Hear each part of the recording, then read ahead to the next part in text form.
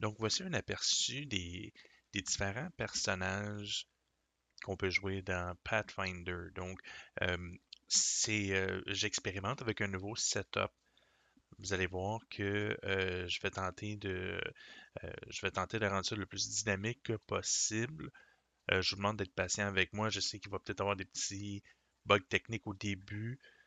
Soyez patients, on va tenter de les arranger au fur et à mesure que la série avance. Donc, pour ceux qui ne connaissent pas Pathfinder, la meilleure façon que je peux décrire le jeu, un, euh, ça va être une campagne de Donjons et Dragons, mais jouée en jeu de cartes. Donc les parties sont beaucoup plus courtes. Il y a un début, puis très important, il y a une fin à la campagne. Donc on sait un petit peu quand est-ce que ça va finir, contrairement à des gens qui peuvent jouer à Donjons et Dragons depuis des années et toujours être en train de jouer. Donc c'est pour ça que je me suis dit, puis c'est un de mes jeux favoris. J'ai beaucoup de bons et de moins bons souvenirs avec ce jeu-là. Euh, en fait, je veux faire la campagne au complet de Rise of the Rune Lords, qui est le premier jeu dans la série. Euh, j'ai réussi à me trouver une copie pas chère. Merci beaucoup, Martin, du site des Dragons, de m'avoir affilé ta copie pour vraiment un très bon prix. Et merci beaucoup à Shane Raven, qui est un de mes meilleurs amis. Il manquait les trois derniers scénarios, puis il a gentiment accepté de me les prêter. Donc, Shane, thank you, buddy. I love you. Donc, on va y aller avec. Je vais vous présenter les personnages parce qu'on va tenter de rendre ça un petit peu interactif. J'ai parlé avec nos deux autres rois préférés, Michel et Marco. Puis, je leur ai demandé de choisir leur personnage favori parce que les deux connaissent très bien le jeu. Lorsque j'ai joué à Pathfinder, il y a plusieurs années de ça. Je jouais avec mon ami Shane, avec mon ami Dave, puis mon ami Marco. Donc, Marco connaît un petit peu les personnages. Je lui ai demandé d'en choisir un. Et voici le personnage qu'il a choisi. Il a décidé de prendre pour la campagne le Cleric. Donc, dans ce cas-ci, Kyra. Juste pour vous donner une idée, dans le fond, le rôle de Kyra, ça va être c'est un peu le healer du groupe. Donc, elle doit s'assurer que le monde reste en vie. Elle est capable de se battre aussi.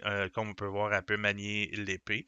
C'est pas une spécialiste en armes, mais elle est quand même capable de se, de se défendre en combat. Donc, on va avoir le cleric pour cette partie. Le deuxième personnage, j'ai demandé à Mike. Mike, il me dit qu'il voulait jouer le wizard. Donc, on va avoir Ezrin qui va être avec nous également. Donc, Ezrin, je ne l'avais jamais vraiment utilisé dans mes autres parties. Donc, c'était pas un des personnages, c'est pas un personnage que je connais beaucoup, mais de ce que j'ai vu, c'est quelqu'un qui est capable de. Je vais vous apprendre comment jouer un petit peu plus tard, mais vous allez voir que les magiciens dans ce jeu-là, ils ont toujours la chance de recycler leurs sorts au lieu de les dépenser puis de les perdre. Donc, je sais que le Wizard est très bon pour recycler ses sorts. Donc, lui, c'est un peu pas très bon en combat, mais c'est quelqu'un qui est capable de se débrouiller en faisant pas mal tous les types de magie. Ils appellent ça en anglais le Arcane Magic.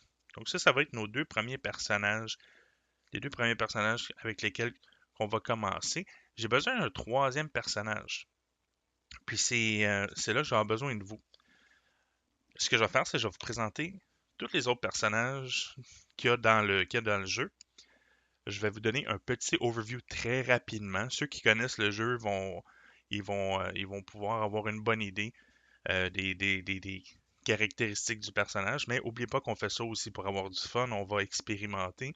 Donc, je vais vous présenter rapidement les personnages. Puis dans la vidéo YouTube, je vais indiquer le nom des personnages au bas de la page, dans les commentaires. Puis je vais vous demander de voter. On va se donner quelques jours. Je vais vous donner les détails. Là, ce soir, on est jeudi le 28 mars 2019. Donc, on va probablement se donner jusqu'à dimanche pour accumuler des votes. Moi, je devrais enregistrer la prochaine session dimanche prochain et en soirée. Puis je vais aller voir dans la vidéo c'est quels personnages ont eu le plus de votes. Puis à ce moment-là, ça va devenir votre personnage à vous. Donc, ça va représenter le groupe. Donc, on va commencer par... Puis, comme j'ai dit ici, je suis vraiment désolé, ma caméra n'est pas en 4K, j'aimerais bien ça, ça va venir. Mais on va commencer en fait avec le Monk. Donc ici, on a Sagen. Sagen, je connais un petit peu ce personnage-là, c'était mon ami Dave qui utilisait Sagen. Sagen, c'est un monk, donc c'est quelqu'un qui habituellement va être en mesure de pouvoir se battre sans aucune arme. Donc c'est quelqu'un qui est capable de faire beaucoup de dommages juste avec ses poings. Et dans le jeu, je vais m'avancer juste un petit peu dans les règlements. Il y a une sorte de carte qu'on appelle en anglais des blessings. Des blessings, c'est comme pas des malédictions, le contraire des malédictions. C'est euh, quand on est béni. Donc, lorsqu'on joue des cartes pour se bénir, on augmente nos chances de réussir nos combats, nos tests. Puis c'est quelqu'un qui a beaucoup de ces cartes-là. Donc, c'est quelqu'un qui va être capable de booster pas seulement ses tests à lui puis ses combats à lui, mais il va être capable de donner un coup de main à pas mal tous les joueurs. Donc, ça peut être quelqu'un de très intéressant à utiliser. Le deuxième personnage, excusez-moi, le deuxième personnage, puis ça c'était un de mes personnages que j'avais utilisé, c'est Lem. Donc Lem c'est un halfling, c'est un barde. Donc le barde, c'est quoi qui fait le barde en fait? Puis en même temps, c'est vrai, excusez, j'ai oublié de vous montrer l'histoire du monk. Je vais vous laisser le plaisir de le lire vous-même si, si ça vous intéresse. En fait, le barde, lui, il fait un petit peu de tout. Donc, euh, juste pour vous donner une idée, voici sa carte de personnage. Donc, ça va ressembler à ça. Comme j'ai dit, je vais aller plus en détail lors du prochain vidéo, lorsque je vais vous expliquer les règles. Mais tous les personnages ils vont avoir des habiletés, des caractéristiques, comme la force, la dextérité, la constitution, l'intelligence.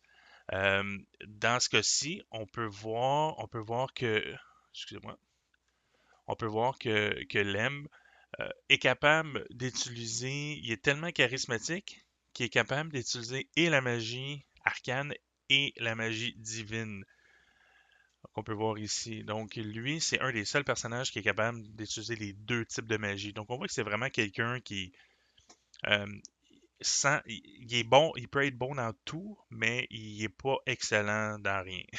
Donc je pense que c'est la meilleure façon qu'on peut décrire Lem.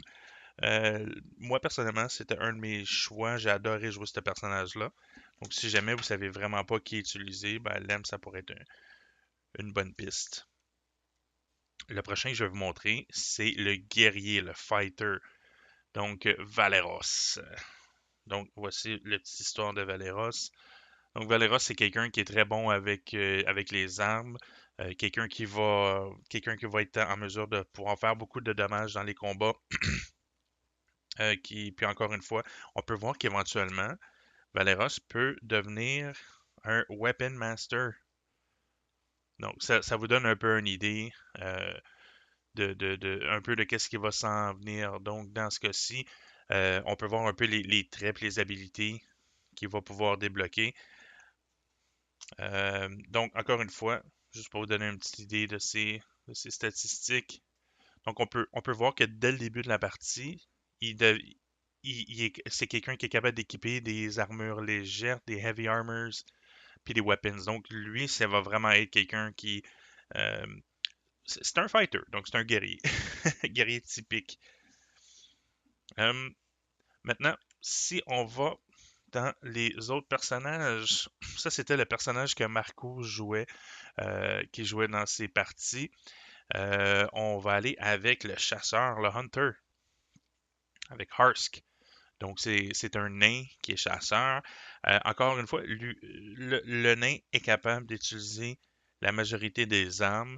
Euh, sa grande habilité à ce personnage-là, c'est qu'il est capable d'aider les autres joueurs qui ne sont. Parce que des fois, ça va arriver que le groupe va se séparer.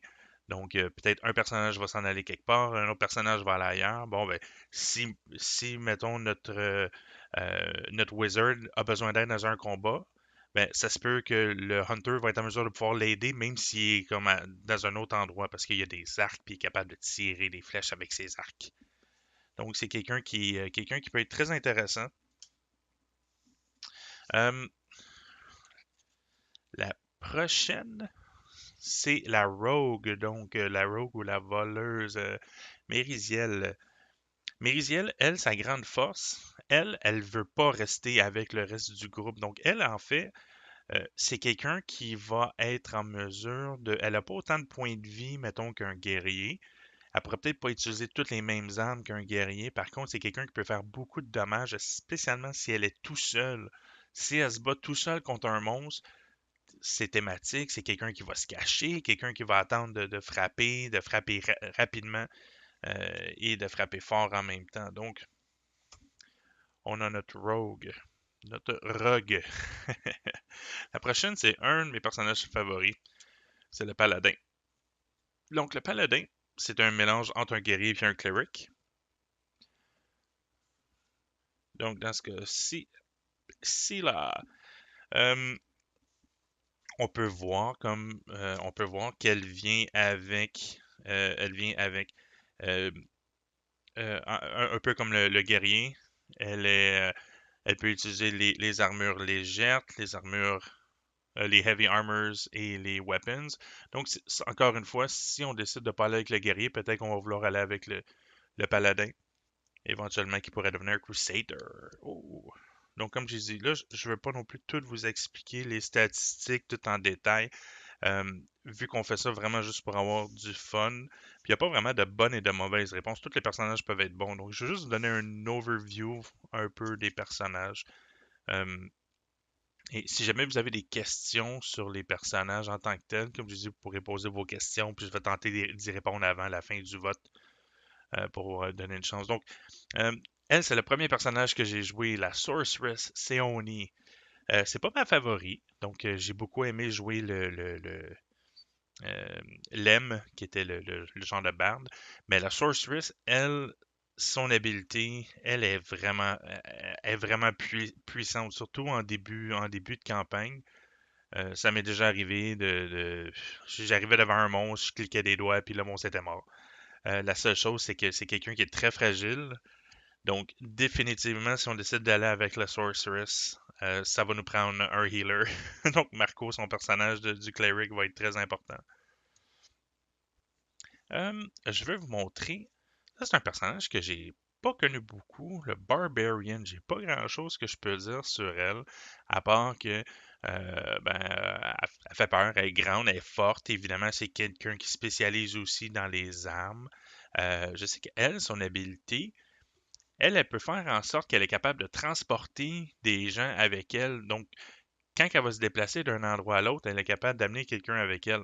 Si je me trompe pas. Donc, on va regarder plus en détail lorsqu'on va commencer la campagne pour savoir exactement les personnages, là, c'est quoi qu'ils font. Puis le dernier que je voulais vous montrer, le dernier que je voulais vous montrer, c'était le druide. Donc, le druide, on a ici Lainey. Euh, elle, je me rappelle que Shane l'avait déjà utilisé une fois.